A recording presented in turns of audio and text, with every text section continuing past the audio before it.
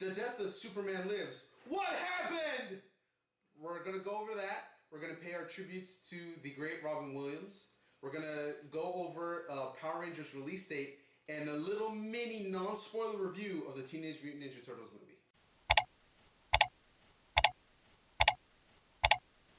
What's up, everybody, and welcome to TotallyAFan, the show where I, a total fan, come to you and I bring you the news in movies, TV shows, video games, comic books, everything revolving the world of fandom, and I bring that information to you guys. Now, today is a very special episode.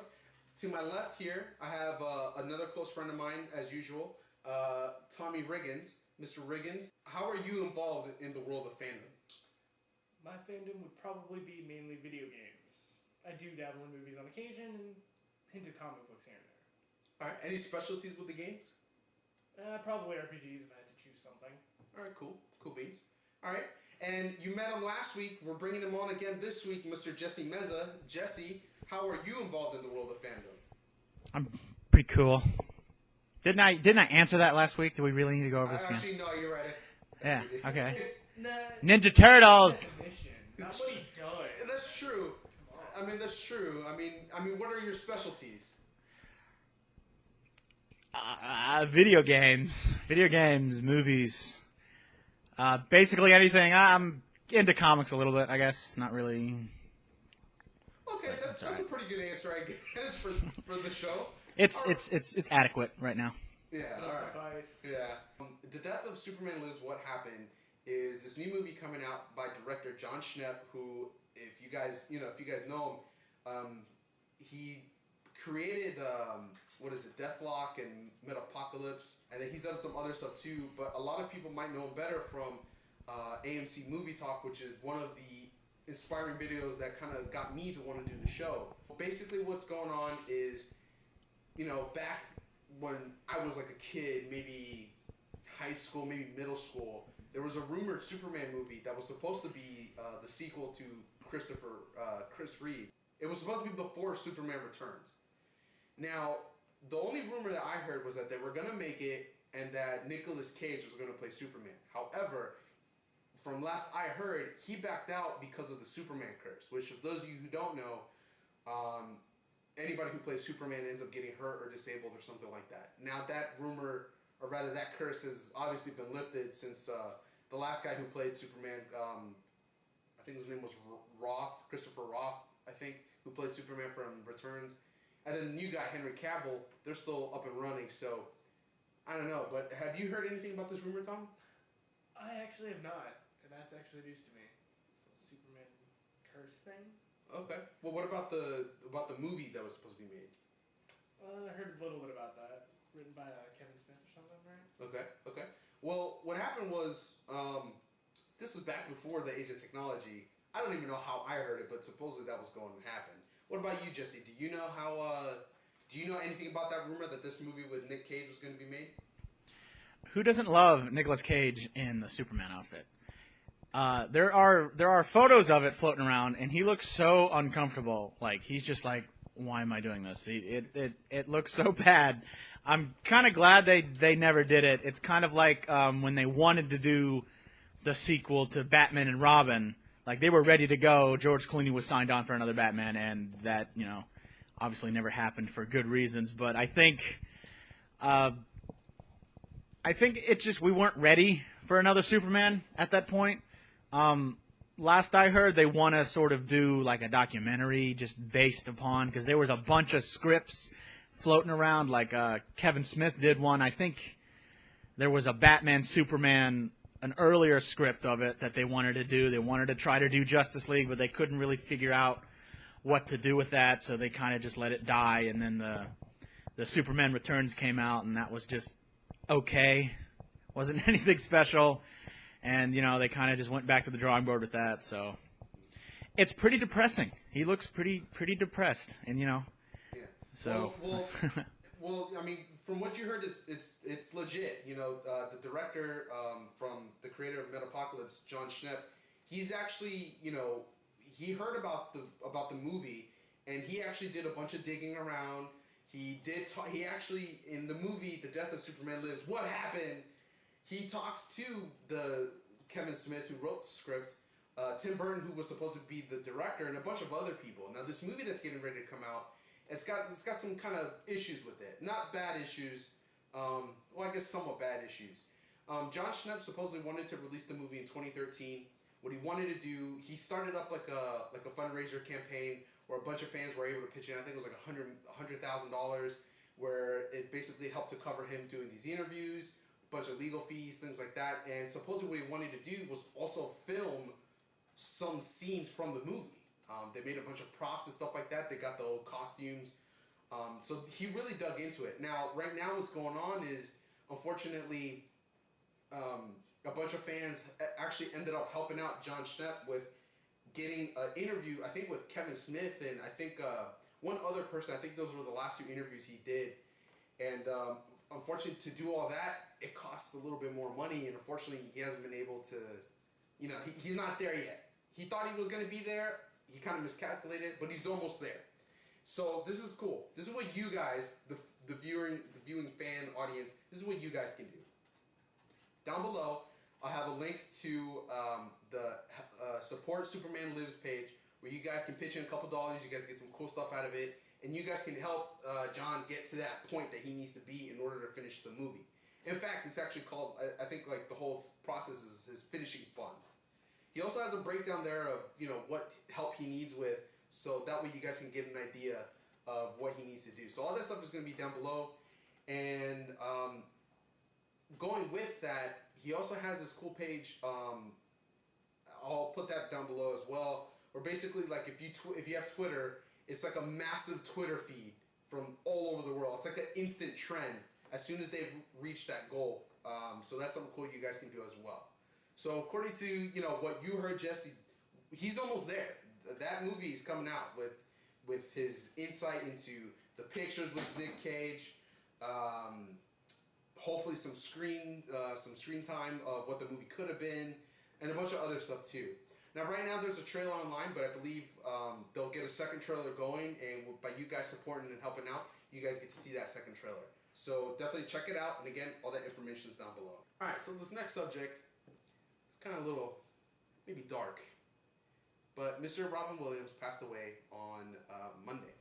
Aww. Now, now, I've been hearing a lot of stuff on the news. I'm pretty sure you guys have too, but I want you guys to kind of take all of that and just erase it. Robin Williams meant a lot to us, as I'm pretty sure he did to a lot of other people. He was, we know him through his movies, but there are tons of people that know him through moments that they got to share with him. Family and friends and things like that. And all this negative talk, it's just kind of blowing me away because unfortunately he's dead. It's kind of disrespectful to the dead.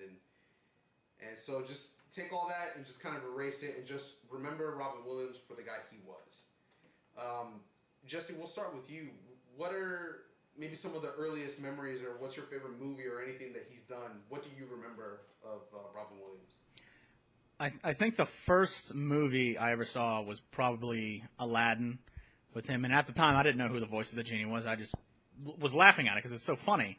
And then I think after that, I kind of saw like Mrs. Doubtfire and more of his comedy movies than his dramatic movies. But I've seen like some of the more dramatic ones like Dead Poet Society and some of the other ones.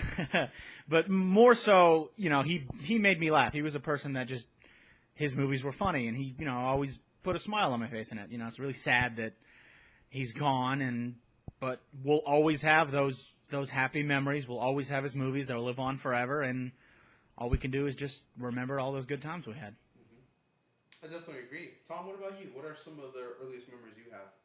Mine is also definitely with Aladdin. Like, he played the best character in that whole movie. Mm-hmm. Just all the, funny things that he did and all that great stuff. Mm-hmm. Disagree, sir. Gilbert Gottfried was the best character in Aladdin, so haha. Iago. Really? No. Genie for life, man. Then after that also changed into Mrs. Doubtfire and all that stuff. And just, he was a good comedian, mm-hmm. and he will be missed. Mm-hmm.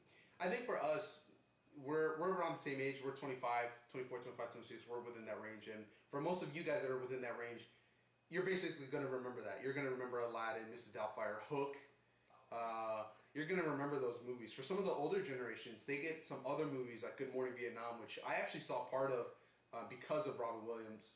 Because of his passing, I got to see some of that. That was pretty good so far from what I've seen. A couple other movies I actually saw of him were Death to Smoochie, which is supposedly freaking. It's not for kids. It looked like if you see a trailer, you may think it's for kids, but when you see the movie, it's not for kids. I think he did the movie Toys, where he was like a toy maker or something. I can't really remember. He did Jack, Goodwill Hunting, The Dead Poet Society. He did not want Patch Adams. That's actually the one I was trying to think of too. So he's got a bunch of great movies. But definitely, probably the ones we remember him most would be Aladdin, Mrs. Doubtfire, and probably Hook. For me personally, though, I can't remember what my first movie was that I saw with him in it, but I can definitely tell you what my first memory. Back when I was a wee lad in my diapers, on Sesame Street, Robin Williams was actually one of the guest stars on Sesame Street, and there was a segment with Elmo where he's like walking with a stick. It's just maybe like 2 feet, 3 feet, just a wooden stick. And Elmo asked him, like, what are you doing with that? And he's like, oh, just thinking about how I can use this. He starts to play baseball, golf. He does a bunch of these other things. And it's really cool because he kind of like try to help, I guess, us, the audience, but me especially, is kind of like push your imagination. There's so much more you can do if you just put your mind to it. And that was my very first memory of him. If you guys want to check it out, he's got like some kind of multicolored shirt. He's got like a beard, glasses, and a hat. And to be honest, when I first saw it, I didn't recognize him at first. But then after like a couple years, I was like, oh wait, that's him. That's Robin Williams. That's cool. So that was for me probably my earliest memory. It's very especially at a young kid, that age, that's when your imagination is flowing like crazy. And for him to be able to do that segment, it was phenomenal. It really was, and it was life changing. It really is. I'm still a kid. I have crazy like imagination ideas all the time, and partly because of Robin Williams. Definitely a big part of that. Another memory I have of him was actually several years ago. I think I was probably in high school or not or so. He guest starred on the show Inside the Actor's Studio. On that show, you really see his comedic free for all. His flow of imagination, it just goes crazy.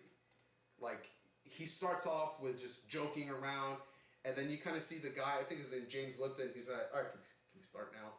And it's phenomenal. And to see him just go all out like that, that's something cool too. That's a way of us to get to know who Robin Williams is as well, because it goes over his past as well as some of his big projects. But it's just a crazy video just to see him. He's very good at impromptu and improv, and apparently he did a lot of it younger, getting into it. So it's really cool to see. So what about you guys? What are some memories you guys have of him? Go ahead and post that stuff down below. I would love to read it. See what you guys have to do. And if you guys are on Facebook and Twitter, try to tag them in your best memories and things like that. And remember, don't listen to the negative stuff, man, because Robin Williams was so much more than that. He was much more than that. And I think it's wrong that the news media is taking that. But that's a political subject. We're not talking about politics on this show. So, next subject. Power Rangers. Are you a big fan of Power Rangers? I used to be back in the heyday. What about you, Jess? Blasphemy. No, I was really into Power Rangers. It was Power Rangers, Ninja Turtles for the Pokemon for the majority of my childhood. I stopped watching after Lost Galaxy because I got old. But then about a year ago, I noticed they were all on Netflix. So I'm like, you know what? Let me jump back into this, see how it holds up. So I've seen all of the seasons up until whatever the newest one is, Megaforce or Super Megaforce. So I would consider myself a fan. Not as big as Ninja Turtles, but I'm pretty high up there. I'll agree. Yeah, like Power Rangers for me is like here. Ninja Turtles like through the roof. For me, for Power Rangers, I probably let off. I think after Galaxy, like you did. I think I saw a little bit of the next one, which I think was like Lightspeed Rescue. Or maybe it was Time Force. I can't remember. But after that point, it just starts going downhill. And I think at that point, that's when a lot of things change. Because that's when a lot of parents were like, oh, this is too violent. That's too violent. I don't want my kid watching this. Blah, blah, blah, blah, blah. And I think it was right around that time. So you can definitely tell that it was changing. At the same time, I think Saban actually stopped working on Power Rangers at that point because you can tell up until Lost Galaxy, it's not consistent. Not like the same world, but it seemed pretty consistent in the direction they were going to, in the director point of view, things like that. It kind of seemed consistent, and then after that, it feels weird. Well, if you want a quick history lesson, Ninja Storm was the first season because Saban quit doing the show after, I'm trying to remember, I think it was Wild Force. Yeah. They stopped making the show. Disney bought the rights to Power Rangers and started producing their own version, which is why it looked a little different, starting with Ninja Storm. They went for a couple years. I think the last Disney one was RPM, and then Saban rebought the rights, which is what we see now, which is Samurai Megaforce. Those are the two ones that Saban has back. So now it's getting back to, kind of the original format of Power Rangers right now on TV. Okay, so that's an interesting point. See, I thought at Lost Galaxy, that's when it stopped, when Saban lost it. I do remember that Disney took over, and I do know that Saban took over again.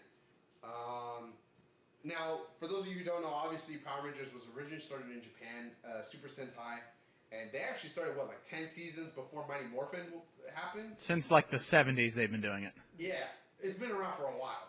In the 60s. Yeah, and I think right now they're on the next one or the next two. And of course, trying to translate what happens in the original, trying to bring it here, filming with American actors versus Japanese actors, all that jazz. A lot of stuff gets lost in translation, a lot of stuff changes. But what's interesting is with this new movie, Saban and I think who was Lionsgate, they want to basically create a new world. I don't know if it's a new set or if they want to kind of redo Mighty Morphin. I think it's a reboot of Mighty Morphin. That's what I'm hearing. Is that what okay, so yes. They basically wanted to do a new world. Now I have a list here of who's working on it. So we have executive producer Robert, I think it's Orkin, I'm sorry. He hooked up Transformers and Star Trek and Amazing Spider-Man 2. And then the writers, I forgot to write their names down, but they worked on X-Men First Class and Thor, and they're teaming up to write this script. So I haven't seen those movies. I kind of have high hopes. But then again, if they're trying to either restart or just create a whole new world for the Power Rangers, I'm totally down for it. What about you? We'll start with Tom. How do you feel? If they're going to go with the whole new world aspect, I feel it actually could have some promise.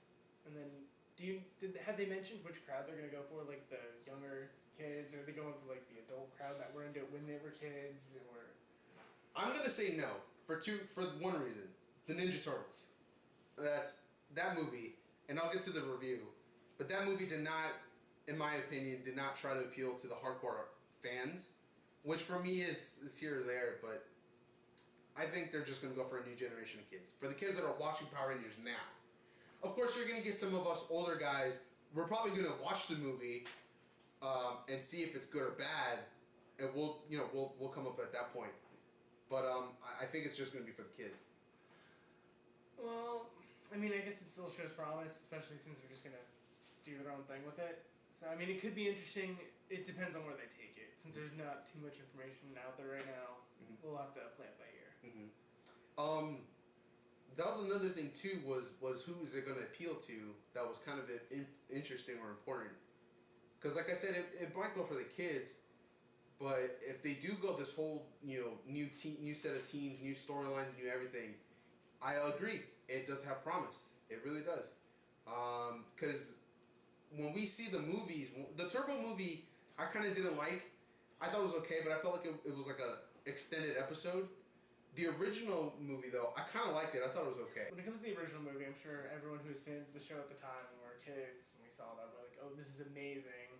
And looking back, it's kind of a cheesy movie, but it still holds that little bit of nostalgia for it. As for Turbo, even when I was a kid, I kind of tilted my head at that, what is this? Why are they using that stupid old rundown pirate ship when later they showed the cars are driving in the waters? I don't know. It's just Turbo didn't sit well with me at all, and that's actually where I stopped watching the series was Turbo. So it's just Turbo itself kind of was like, what? I don't. Nah. All right, Jess, what about you? We're going to start off with what are your thoughts on this whole new process, new characters, new everything. What do you think about that right now? I think it's pretty cool. I first read the announcement, and I'm like, oh, wow, that's so cool. It sounds like it's a reboot of Mighty Morphin, which would be awesome. It's going to appeal to the older fans. It's going to be so cool. And then I realize our generation has Michael Bay syndrome. And then I immediately stop and think, they're going to ruin Power Rangers. I feel like they're doing this in good faith, but I really do. Even though Michael Bay has nothing to do with it, his influence is around the entertainment industry. I think it's just everyone wants gritty reboots and explosions and Megan Fox and hot and like it's not Power Rangers. So I don't even know. I'm very skeptical at this point. I want it to be cool. I want it to feel like the original show because that's the one I grew up with. I don't really know what they can do to make it more appealing to the older fans. I mean, they obviously can't track down all the old actors. They're like, what, 40, 50 years old now. They can't have them in them. I mean, they could do quick cameos, but I think it's just going to be like a reboot or retelling. I don't know the tone of it yet. It could be a dark tone or it could be a kid-friendly tone. I mean, I kind of feel like this is for the younger fans now watching, Super Mega Force because they like it now. The same reason they made the new Turtles movie because everyone's watching the Nickelodeon Turtles. So I want to have high hopes. I'm just very, on the defensive about this because Michael Bay has just tortured my soul so many times that I don't trust anything that's a reboot of something I love from my childhood. Mm-hmm. Okay, well, with that said, you brought up a couple points I just quickly want to bring up. The Michael Bay syndrome. You notice in, I think the last, I don't know if it was RPM or if it was the Samurai ones, there's a whole new feel to the characters. They feel very cheesy, throwing out one-liners here and there, where it just, I guess for us as adults, it's like terrible. Maybe the kids love it. So I do now, after hearing your thought, I am a little bit more reserved on how I feel about it. But high hopes. Hope for the best, or expect the worst, hope for the best. I think is what that line is. So I definitely agree with that. Okay, so what were your thoughts on the original movies then? I saw them both. I definitely like the first one better. I mean, as a kid, they were awesome. Seeing Power Rangers on the big screen, that's totally cool. Looking back now, it doesn't really hold up as well as it could have. Going back to Ninja Turtles because it was really, my childhood was like Ninja Turtles, Power Rangers. The original Turtles movie still holds up to me at least. So, the first one was definitely better. I guess I kind of didn't like how it didn't really feel, because I'm so used to the show, I didn't really feel like the show because they built all these new sets. Zordon was human, basically. Everything looked different. And then the second one, Turbo, they literally used every costume, every set from the TV show, and people didn't like that. So, I don't know. I mean, they'll always hold a place in my heart for those two movies. They could have done them a little better, maybe, but they're still, to me, they were just fun to watch as kids, so that's what I think. Mm-hmm. You know what's funny with the Turbo movie? There's actually two things funny. On our way here, before filming, Tommy scrolled by, he saw I have the Turbo theme song, and sometimes I like listening to it when I'm driving. It's, especially when you're on the highway, there's no cars around, just shift it to Turbo. Just like, yeah. Another thing, though, Turbo, from what I remember, wasn't Turbo supposed to be like the origin story that leads into that season of the show? The movie was, yeah. Yeah, you in order, it's supposed to be the movie and then the show. So if you skip the movie and saw the first episode of Turbo, you have no idea what happened. Everything's already established, and they're already like fighting monsters. So you have no idea what's going on. The first movie was really its own thing. It didn't even really connect to the show because it had elements that were never used again in the show. They even redid it, like the whole part of getting ninja powers. They redid it in the third season of Power Rangers anyway. So the movie, it's kind of its own kind of alternate universe, you could say. Whereas Turbo was just, you watch Turbo movie first and then go straight into the season. Otherwise, you're just lost. In the Turbo show, did they ever bring back that wizard person thing? That little goblin munchkin thing? Yeah, that thing. I think they did. They did for one episode because halfway through the season, Zordon and Alpha leave and get replaced with this I Dream of Jeannie chick, and he's there for one scene because he takes him away, but they don't really use him that much. Okay. Yeah, I remember the Ninjetti. In the show, those were my favorite. I think it happens like right after the Alien Rangers or maybe before. But the whole Ninjetti saga, that was totally my favorite. And yeah, they changed that completely. But I agree. Okay. So with that being said, right now we just have a release date and we have just a couple of people who are working on it. We don't know the tone, like Jesse said. We don't know the tone. We don't know who's acting. We don't know anything about it. Just a part that release date is July 22nd, 2016. Which, by the way, a bunch of movies are supposed to be coming out that year. A bunch of awesome movies, and like almost consecutively. So that's going to be interesting to see how it does at the box office. But again, I think as we get closer, we'll get a little more feel to it. We'll figure out what's going on with that. So, with time, we'll see what's going on. I saw the Ninja Turtles. Sorry, I saw Michael Bay's Ninja Turtles. Not even Teenage Mutant Ninja Turtles. Michael Bay presents Megan Fox and Ninja Turtles. That's basically what it is. Now, I was so strict on myself. I did not want to see a review. I didn't want to hear any notes. I didn't want to know anything. I actually watch a lot of Black Nerd comedy. I watch a lot of his videos. I didn't want to see anything that came out of him in regards to Ninja Turtles until I saw the movie. And right now, this is going to be a mini non-spoiler review, although I do apologize if there are any spoilers there. But I do plan on doing a review video anyway, so you guys can check that out later. But for the movie itself, that was a big issue, was that Megan Fox presents Ninja Turtles, which in my honest opinion, the whole movie has Ninja Turtles. Has Megan Fox. And what's funny was later on, the day that I saw the movie later on, I saw Secrets of the Ooze with my niece, because I kind of did feel the first one being maybe a little too violent for her not being her being a girly girl and everything. We saw Secrets of the Ooze, and there's so much Ninja Turtles. And even then, when they do have the non-turtle actors there, or characters rather, it still feels like a Turtles movie. Whereas this one kind of feels like a Megan Fox movie. And that was one thing that a lot of people didn't like, me, myself included. Now, of course, you have your hardcore fans who bring that up, but they go into a bunch of other stuff. And then you have your new guys who are like, oh, yeah, it was awesome. It was a great movie. I don't know what you guys are talking about. You guys know me, personally. It's hard for me not to like something. I love everything. Almost everything. This movie, I do like. I thought it was okay. When the Turtles are on screen, it's pretty fun. When they're off screen, it's like, what am I watching? My biggest thing, and I'll go over it in the review, some of my more finer points of what I didn't like, but one of the biggest things that I noticed was purely the Turtles themselves. They kind of felt almost like props, almost like extensions. If you've seen any of the Transformers movies, you realize that, and it's crazy because when you watch it in like a really, really nice HD TV, you notice it even more how they just feel out of place. Maybe it's the camera angles, maybe it's the way they try to be like, oh, they're in the environment, maybe they try to force it or whatever, but it feels out of place. You get that sometimes. When it's just the Turtles, you don't get it, but when you try to mix the Turtles with the people, sometimes you see that, where it's just an extension of the movie.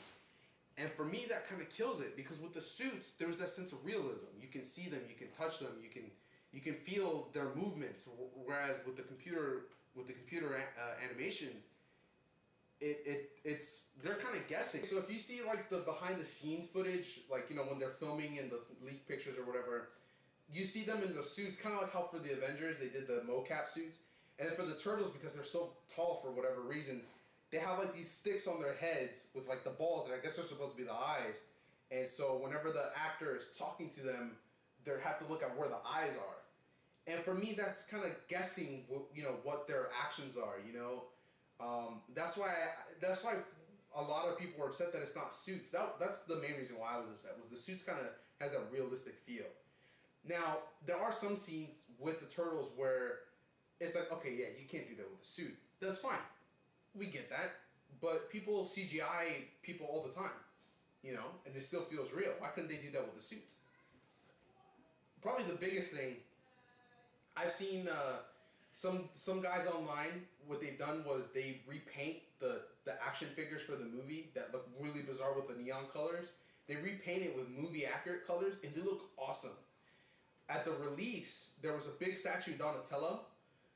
It looked awesome because it's real, it's there. But the movie version, it feels weird because it's a CGI extension. And like I said, there's some scenes where you don't get to see them like I am right now with Tom. It would be a lot different, and it feels off. And that's the biggest thing with the movie. Like I said, when the turtles are there, it's great. It's fun. It's pretty enjoyable. There are some scenes where it's kind of silly, and they're kind of like, oh my god, okay, they have to do this joke. But that's fine, because they're there. But then there are other scenes where they're there, and it's literally, it's like, okay, I don't want to see this. But for a majority of the movie, it's Megan Fox. Megan Fox is at the end. She's the one that saves the day. Spoiler, big spoiler, she saves the day. Megan Fox in her yellow jacket. So, Jess, I know you said you didn't want to see the movie, but having heard that when the turtles are fun when they're there, does that at any way at all kind of change your feeling on wanting to watch the movie? No. I don't know. This is not my movie. It was not made for me. There are plenty. I don't need to see it to see what's wrong with the movie. There are plenty of things that are wrong with the movie. You know, ignoring the fact that they look ugly. They look like turtle turds. They don't even sound like themselves. One of the things that I don't know why they did that, but for whatever reason, they replaced the actor who played Leonardo. They replaced his voice with Johnny Knoxville, which I guess would be fine, but I'm such a big Jackass fan that I just instantly recognize his voice. And he didn't do anything to change it. It's Johnny Knoxville as Leonardo. That is such, just a weird thing to see, because I expect them to go, oh, I'm Leonardo, welcome to Jackass, and I'm going to run into a building. It's just so weird to me. Raphael doesn't sound like himself. He just sounds like a big, a muscular, almost like a bouncer, and none of it makes sense. None of it is for me. It's for the kids who like the Nickelodeon show. So I'm not going to see it. It's just not. I have my 3 Turtles movies, and I'm going to, the fourth one, there's 4. I have my 4 Turtles movies, and those are the ones I'm going to be holding on to. I'll see it eventually, maybe when I get a free Redbox coupon, maybe. But it wasn't built for me. It was built for fans of the Transformers franchise, fans of the Nickelodeon cartoon. It's poopy on a stick, sir. And that's the thing, is this is definitely made for kids. There's some scenes in there that is like, why is that there? Oh, it's probably for kids to go buy that toy. It's strictly what it is. And I agree. It feels almost like an extension of the show as well. I think that's why I didn't like the 4th one, the TMNT, because it felt like an extension of the 2003 version of the show. Whereas this one, maybe not an extension, but it kind of feels like a live-action format of that world, and that is something that I didn't really agree with the movie, which I'll go about it over in the review video. But I agree, this movie was made for the kids who watch the show, and it's like we predicted. Remember how you said you hoped they didn't get a sequel? Yes. That Thursday yes. At the midnight release, they got that $4 million. Overall, I think their first weekend they got, I think it was somewhere around $75 million. Like 60, yeah, something like that, yeah. They announced the sequel right away because they weren't planning that, and this is the new Transformers. These are the new Turtles. Say hi to them. They're not going anywhere. Right. And basically is what's going on. It so, hurts. Tom, what about you? To be honest, we actually don't know what your thoughts were before the movie, and now after hearing my mini one spoiler review, what do you think? I thought it was stupid before, and after hearing that, I think it's even stupider now. And I'm not going to go see it at all. Just like with the other, 3 Transformers movies? Yeah, I only saw the first one. There's 4 total, right? Yeah. Okay, well, you guys know how I felt about the Transformers. With the Ninja Turtles, one thing I talked about last time was the Last Airbender syndrome that I was telling you guys about, where the trailers look good going up into it, and then once you see the movie, it's like, what did I just see? I didn't get that with the Ninja Turtles. The movie was a lot better than what I expected it to be, but overall, I was still disappointed with the movie. Will I watch it again? Maybe. I don't mind to. It's a Michael Bay movie, and it's not going to work for me as kind of what we feared. So I recommend to at least give it a shot, to watch it, and then figure out what you want to do at that point. Because even though, you know, you can read all the reviews you want, but you actually may end up liking the movie. I know a lot of people did. I'm okay with it. I still have a lot of things I don't like about the movie that I wish they fixed, that they didn't do, they did better. Again, they'll be in the spoilers review later, but for the most part, you know, I say check it out. Alrighty guys, so that's it for the show, but before we go, I've been tweeting like crazy, and I try to Facebook it as often as I can. We have two very big major shout outs. I was thinking about making them new segments, but it's just kind of small time right now because I don't really know too much about what's going on. The first one, I want to give a super major big hat tip to Mr.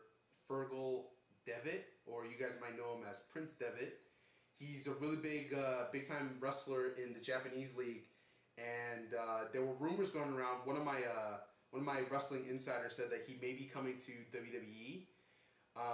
There's a picture of him shaking hands with Triple H on NXT, which is like the training show to get you ready for Raw and SmackDown. So it looks like it's happening. They got him, and they got this other guy. I can't remember his name right now. He's really big too, and apparently a lot of wrestlers today, CM Punk, Daniel Bryan, a couple other guys, some of their movesets they took from this guy. I can't remember his name, but if you guys remember him, you guys know who I'm talking about. So these two are coming to WWE. That's going to be awesome. Major hat tip to you guys. Before we go on, though, you know, one thing, I saw Raw recently, and one thing kind of made me upset was the gimmicks that come from a lot of the wrestlers nowadays. There's Adam Rose. I don't think you guys know what's going on in WWE today, but guys like Adam Rose, the Russian guy, I can't remember his name, Rusev or whatever. People like Santino. It's too gimmicky, and it kind of takes away from what was the main reason why I fell in love with WWE in the first place. And it was during the Attitude Era, the Raw is War, when you get Stone Cold Steve Austin, The Rock. You get a lot of those major feuds, and you get some awesome table matches and with the Dudley Boys, and ladder matches with my favorite, the Hardy Boys. You know, those were badass wrestlers in the day. With these new guys, especially with Devitt, from what I've seen from him in the Japanese league, he does some really cool stuff. He comes out in some body paint, looks super badass. And then his movesets are pretty awesome as well.